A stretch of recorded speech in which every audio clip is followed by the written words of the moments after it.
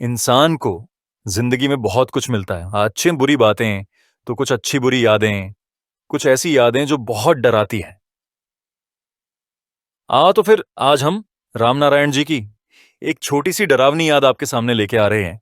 तो चलो दोस्तों, मेरा नाम है सारंग और शुरू करते हैं गे सारंग स्टोरी टाइम के पहले एपिसोड को। राम नारायण की एक डरावनी याद। रात का समय था और आकाश में घने बादल छाए हुए थे। दूर कहीं बिजली चमक रही थी और हल्की हल्की बारिश हो रही थी।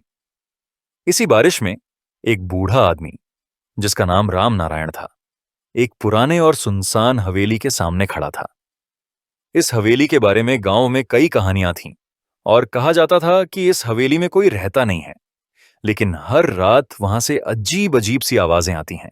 राम नारायण, जो गांव में एक बुजुर्ग और समझदार व्यक्ति माना जाता था, हमेशा इस तरह की कहानियों पर हंसता था।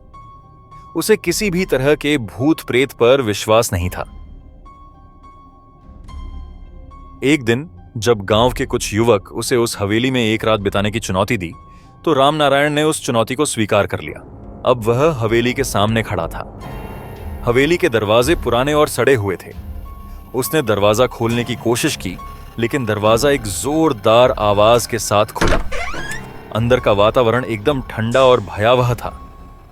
दीवारों पर धूल जमी थी और हर कोने में मकड़ियों के जाले लगे हुए थे। राम नारायण ने अपना तेल का दिया जलाया और हवेली के अंदर कदम रखा। जैसे ही वह अंदर गया, दरवाजा अपने आप बंद हो गया। लेकिन राम नारायण घबराया नहीं। उसने सोचा कि यह हवा के झोंके से हुआ होगा। हवेली के अंदर हर चीज खामोश थी, बस उसके कदमों की आवाज गूंज रही थी। वह धीरे धीरे सीढ़ियों की ओर बढ़ा।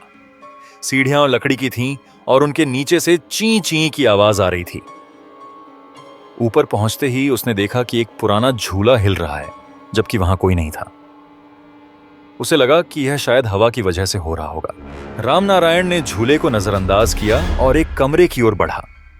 कमरे के अंदर एक पुराना अलमारी और एक पलंग पड़ा हुआ था।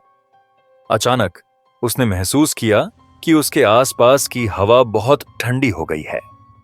उसने पलटकर देखा तो उसे ऐसा लगा कि कोई उसके पीछे खड़ा है।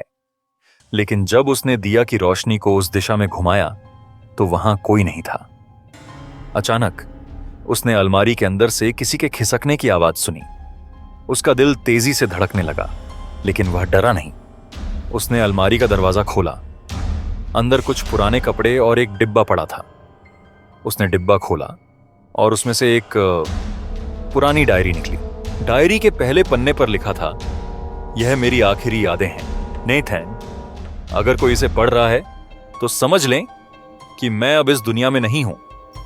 इस हवेली में एक अजीब और डरावनी शक्ति का वास है जो यहां आने वालों को कभी जाने नहीं देती। राम नारायण का शरीर कांपने लगा, लेकिन उसने खुद को संभाला और डायरी को आगे पढ़ना शुरू किया।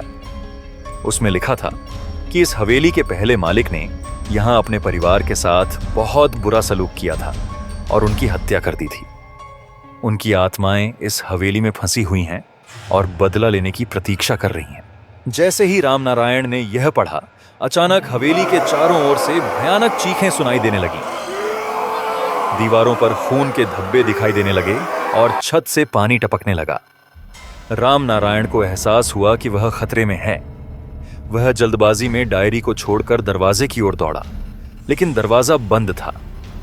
उसने दरवाजा खोलने की कोशिश की, लेकिन वह जाम हो गया था। तभी उसने महसूस किया कि कोई उसका गला दबा रहा है। उसने अपनी पूरी ताकत से दरवाजा खींचा और आखिरकार दरवाजा खुल गया। वह बाहर भागा और हवेली से दूर हो गया। गांव में लौटकर राम नारायण ने सबको उस भयानक रात के बारे में बताया। गांव वालों ने उस हवेली को हमेशा के लिए बंद कर दिया और वहां जाने की हिम्मत किसी ने नहीं की।